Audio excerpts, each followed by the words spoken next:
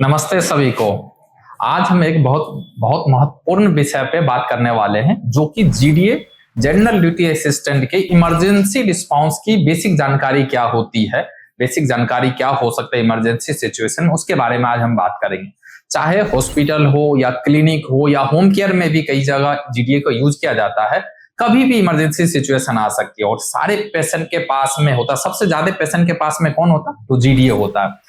इसके लिए शांत रहना और समझदारी से काम करना, ये सबसे पहले कदम उठाना बहुत जरूरी है। सबसे पहला नियम घबराना नहीं है, शांत रहना है। इमरजेंसी के समय में आपका शांत दिमाग ही सबसे बड़ी ताकत होती है। पेशेंट के पास जाने से पहले आसपास के माहौल को ध्यान से देखें, कहीं बिजली का खतरा या आग या कोई ऐसे जोखिम तो नहीं है। अपनी सुरक्षा के लिए ग्लव्स और आवश्यक सुरक्षा साधनों का उपयोग जरूर करें। जब आप सुरक्षित रहेंगे तभी आप पेशेंट की मदद कर पाएंगे। अब देखें कि पेशेंट होश में है या नहीं है, उसके हल्के छू के देखें कि पेशेंट होश में है या नहीं है, उसके हल्के छू के देखें क्या आप ठीक हैं, इससे पूछे। अगर कोई उधर से रिएक्शन आती है तो तुरंत नर्स को या डॉक्टर को सूचना दे और इमरजेंसी के लिए कॉल करके बुलाए उनको। अगर इमरजेंसी में अगर कोई महत्वपूर्ण नियम याद रखे, इसके लिए एबीसी की एक फॉर्मूला होती है। ए मतलब एयरवे मतलब पेशेंट सांस लेने का रास्ता साफ है कि नहीं है, मतलब सांस प्रॉपर ले पा रहा है कि नहीं। बी में है ब्रीदिंग, क्या पेशेंट सही तरीका से सांस ले रहा है।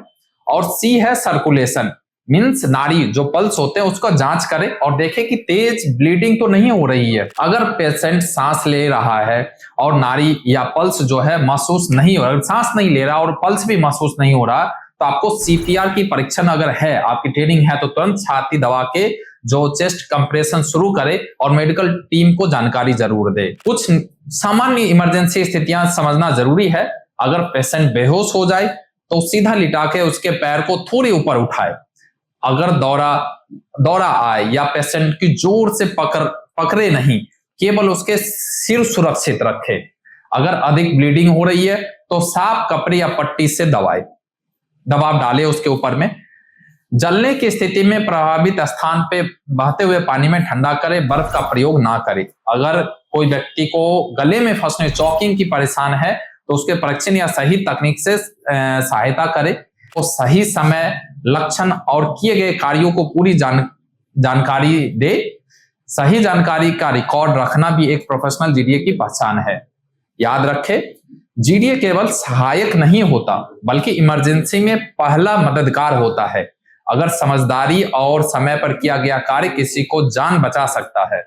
हमेशा सतर्क रहे, प्रशिक्षित रहे और आत्मविश्वास बनाए रखे। आपकी स्किल ही आपकी असली ताकत है। इस तरीका से आप इमरजेंसी सिचुएशन में जितना भी पेशेंट होते हैं, एज ए बेस्ट जीडीए बन के उनकी जान बचा सकते हैं, उनको हेल्प कर सकते हैं और एक अच्छे इमरजेंसी सिचुएशन में आप किसी की जान बचाने के मददगार बन सकते हैं।